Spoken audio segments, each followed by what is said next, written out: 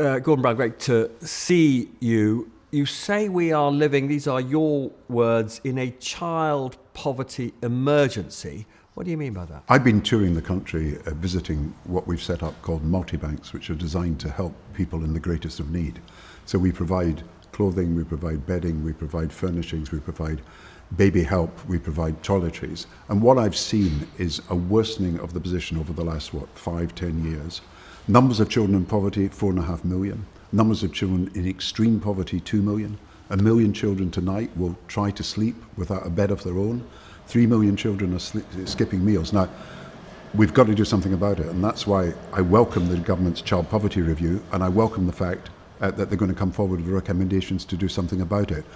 This is a situation we cannot allow to continue. And the irony of it all is these are predetermined but post-dated decisions that were made by the Conservatives 10 years ago to push more and more children into poverty as a result of changes in the benefit system. So every year until 2035, unless things change, more children will be added to the poverty numbers. It's the long tail of austerity that we're still having to address. You want the government to end the two-child limit on universal credit payments as a first step. Why is that so important? I want the government to have a fairness guarantee. I want to take people out of poverty who are doing the right things and suddenly have found themselves that they're below the poverty line. But why is that the most effective first step? The cost-effective way of getting more children out of poverty, about 500,000 children out of poverty, is abolishing the two-child rule. Because what the Conservatives did was introduce a ban on any third child in a benefits family getting that £66 a week that they need to bring up their child. So if you're in a two-child family, you get £132 a week, but if you're in a three-child family, you only get £132, and that means that you've only got £40 or so to bring up the child. Now that is unfair because it's discriminating against the third child, but it's also wrong because the reason that people are in poverty are not that people are feckless and work shy and not dependent. 70% of those who are in poverty, the children in poverty, are in working families where people simply don't earn enough per week to be able to bring up the children that they want to help. And equally, when it comes to the two-child rule, 60% of children who are caught by the two-child rule are in working families. And the others are basically families where someone's temporarily unemployed or sick or incapacitated for some reason, or mothers just can't afford the childcare that's necessary for them to be able to go out to work. So we were dealing with a wrong diagnosis of the poverty problem.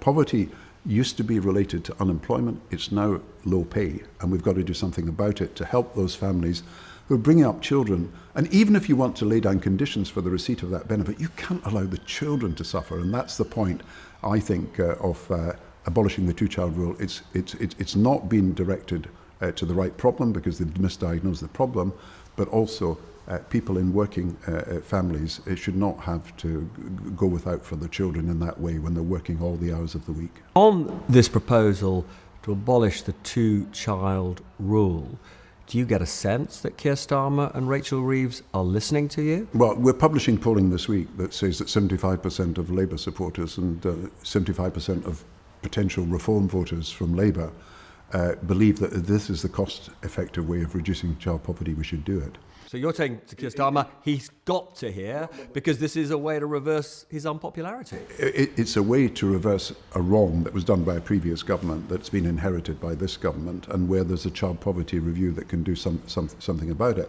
But remember, Reform wants to abolish the two-child rule. The Liberals want to abolish the two-child rule. Many Conservatives want to abolish the rule that they introduced. The Nationalists want to do it. So it is a question of a consensus building up. And it's not just, about the two-child rule. It's about child poverty. If you've got a measure that is pushing more and more children into poverty every year, and that's going to happen because of it until 2035, then you've got to do something about it. So 1 million children will have been brought into poverty as a result of the decision that George Osborne made in 2016. And that's just something that is completely wrong. Child poverty would be much lower if we hadn't got it, and it could be lower tomorrow if we did something about it.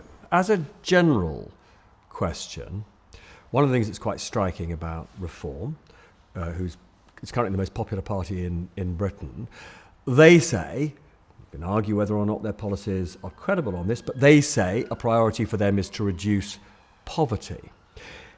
If that is one of the reasons why they are gaining votes at the moment and gaining support. Do you think that means that the Prime Minister, Keir Starmer, should focus more on your kind of agenda rather than on issues like limiting immigration?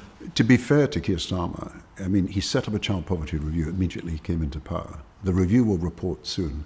He said that reducing child poverty is one of his ambitions. I'm talking about priorities, though. Do you think he's got the right? Do you think poverty should be more combating poverty should be more of a priority? I think you've got to wait till the child poverty review reports, because he set up this review. They raised the minimum wage, which of course helps low paid workers. They removed some of the deductions that were enforcing people into poverty as a result of the way the benefit system worked.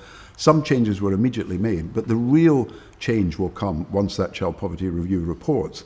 And that child poverty review is got charged with reducing poverty during this Parliament, ending the need for food parcels, which is one of the features of child poverty, and doing something to reunite our communities. Because poverty, and child poverty particularly, is the biggest cause of social division in our country. And nobody who's concerned about social division and about unity in our country can afford not to be concerned about child poverty. And that's why I think there is a coalition of compassion building up. People from foundations, charities, business who are helping us in this multi-bank. And together, I think we could do something. It cannot be right that child poverty is twice as high in Britain as it is in the Netherlands or the Nordic countries, or even in Ireland, which of course has a history of having less social security support than in Britain. It's now changing that. And it must be something that would give us pride if we could actually say we'd done something to eradicate the worst of child poverty very quickly. So we've talked about your ambitious plans to combat child poverty. Now, if you were to end the two-child rule, I think that would cost, what, $1.5 billion, something like that? 3 billion. 3 billion, right. You say that taxes could go up to pay for that. You talk about something you and I have talked about before, which is reduce the interest payments that banks get from the Bank of England on their deposits at the Bank of England, which would save the taxpayer a ton of money. You want a special tax on gambling companies. Actually, just yesterday, we saw from the Telegraph, Angela Rayner wants certain taxes on savings to go up. Is it basically your view that if this government is going to have the social impact that you feel is important, taxes have just got to rise a bit? No, I'm proposing 2 levies that are within the government's manifesto, because they don't break the fiscal rules and they don't break any tax promises. One is very straightforward. It's on gambling. Online gambling has been undertaxed. It's highly profitable. We don't even have a tax rate similar to Delaware, which is a tax haven in the United States of America, and we're way below the European level. So I think about 3 billion can be raised because online gambling has just exploded. And the second is the banks. And as you rightly said, the banks are being paid interest for holding money at the Bank of England. It doesn't happen in Switzerland, doesn't happen in the European Union, didn't used to happen in Britain. And I do think that that's an extra bonus that is added to the 50 billion of profits that the banks are making this year. So you could use the bank levy, which is 3%, and it used to be 8%. You could use tiered reserves at the Bank of England. You could look at other ways, but it does seem to me that the banks could pay that kind of contribution to solving the problem. And I would like to see it earmarked.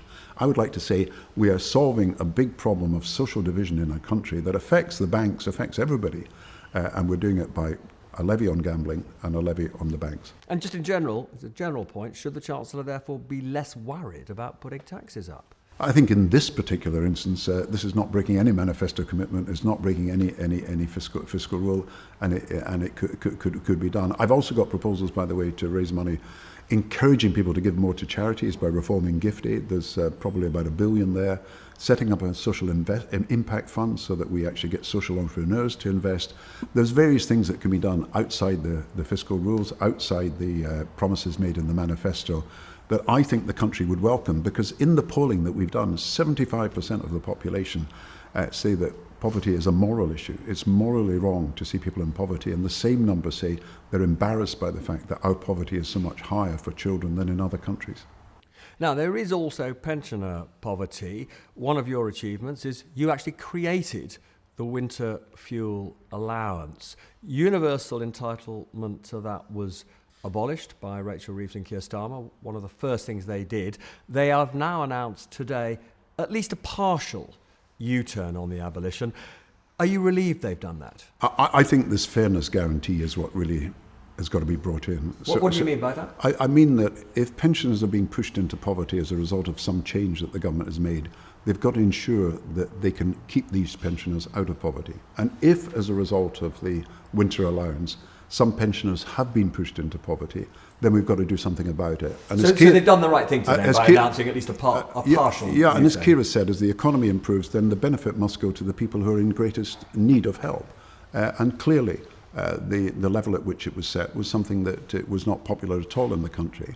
And I'm sure that Keir Starmer will want to sort this out. But can I just ask you on that? I mean, because, you know, as a reporter, editor at the time, I lived and breathed your time as Chancellor.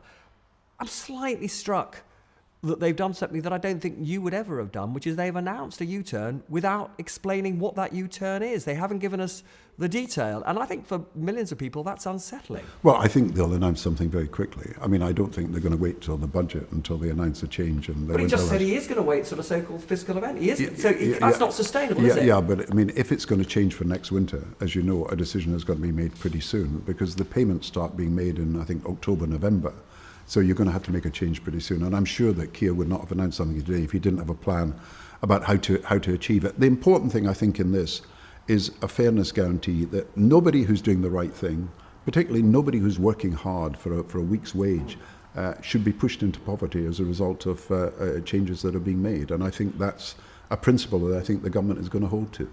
Now, there are so many aspects of this poverty challenge. My colleague Anushka Asthana is reporting today that the Work and Pensions Committee are asking the government to pause the cuts to the disability payments, the personal independence payment, the top-ups to universal credit, to allow for a better understanding of the impact these changes will have on some people who are on desperately low incomes. And some of these people who will be affected will have children in poverty. Do you think that the Select Committee is right to say, look, can we just pause this for a bit, get the data, do the impact assessment? I would say the same as I said about pensions and children's poverty. There's got to be a fairness guarantee as part of the changes. So it's right to look at incapacity benefit because of the rising costs, but also question marks over how it's been administered. The second, it's right to get people into work where they're capable of doing so and giving them the support, and I think £1.5 billion has been made available for that. And it's also right to say anybody who's disabled or severely disabled who can't work should not be forced into work, and they should be properly helped in the way that they could. But I think there should be a fourth condition, and that is a fairness guarantee that nobody is going to be pushed into poverty as a result of these changes. And I think the government could afford to give that guarantee, and I think that's something that might be done in the next few weeks. Now, finally, another issue we'll be talking about on the programme tonight is the government's so-called reset with the European Union. An important element of that is the reduction of trade barriers for farmers, for food producers. It does require the UK to take rules and standards from Brussels.